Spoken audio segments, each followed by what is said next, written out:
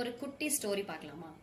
ஒரு பெரிய பாறையை உடைக்கிறதுக்கு ஒரு சுத்தியல், அதாவது கூர்மையான முனை உள்ள ஒரு சுத்தியலும் ஒரு சின்ன மழைத்துளியும் போட்டி போட்டுச்சு. ஸோ இதில் அந்த சுத்தியல் சொல்லிச்சான், எனக்கு ரொம்ப கூர்மையான முனை இருக்குது, அப்போ நான் தான் ஜெயிப்பேன், நீ பாரு கண்டிப்பாக தோத்து போயிடுவேன் அப்படின்னு அந்த சுத்தியல் வந்து மழைத்துளியை பார்த்து சிரிச்சிச்சான்.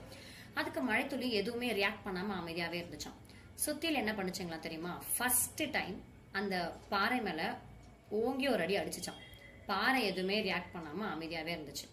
அகைன் செகண்ட் டைம் அடிக்குது, தேர்ட் டைம் அடிக்குது, ஃபோர்த் டைம் அடிக்குது, ஃபிஃப்த் டைம், சிக்ஸ்த் டைம்னா அது டயர்டாகி போச்சு சுத்தியல். என்னடா இது, நம்மளாலேயும் உடைக்க முடியலையே, எப்படி மழைத்துளி உடைச்சிருமா அப்படின்னு சொல்லிட்டு அது சரி ஓகே பார்க்கலாம் மழைத்துளி என்னதான் பண்ணுதுன்னு சொல்லிட்டு கிளம்பி போயிடுச்சு அந்த சுத்தியல்.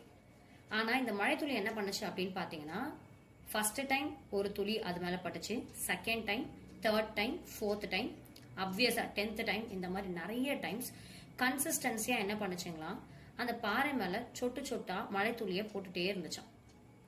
நாளடைவில் வருஷ கணக்குல என்ன ஆச்சு அப்படின்னு பாத்தீங்கன்னா, அந்த பாறையில ஒரு பிளவு, ஒரு கிராக்கே ஏற்பட்டுச்சு. இதை வந்து சுத்தியல் ரொம்ப நாள் கழிச்சு வந்து பாக்குது, என்னடா இது நம்மளால முடியல, ஆனா நீ இது எப்படி பண்ண அப்படின்னு சொல்லிட்டு அந்த மழை துளி கிட்ட கேட்கும்போது அந்த மழை துளி சொல்லிச்சான், எவ்வளவு முடியுமோ அவ்வளோ ஃபோர்ஸா, தினமும் கவனமோ ஃபோக்கஸ்டா நான் அந்த பாறை மேல சொட்டு சொட்டா மழை துளிய போட்டுட்டே இருந்தேன், அதனோட விளைவா எனக்கு இந்த ரிசல்ட் கிடைச்சிருக்கு அப்படின்னு சொல்லிட்டு அந்த சுத்தியல் கிட்ட இந்த மழை துளி சொல்லிச்சான். அப்பதான் அந்த சுத்தியலுக்கு சுத்தியை எடுத்து தலையில அடிச்ச மாதிரி தோணுச்சான். என்ன தெரியுங்களா, நம்மளும் ட்ரை பண்ணியிருந்தா இந்த மாதிரி கண்டிப்பா சக்சஸை பார்த்துருக்கலாமே, பட் நம்ம கிவ் அப், நம்ம வந்து பார்த்தீங்கன்னா விட்டு கொடுத்துட்டோமே, நம்மளால முடியாது அப்படின்ட்டு அது ஃபீல் பண்ணிச்சோம்.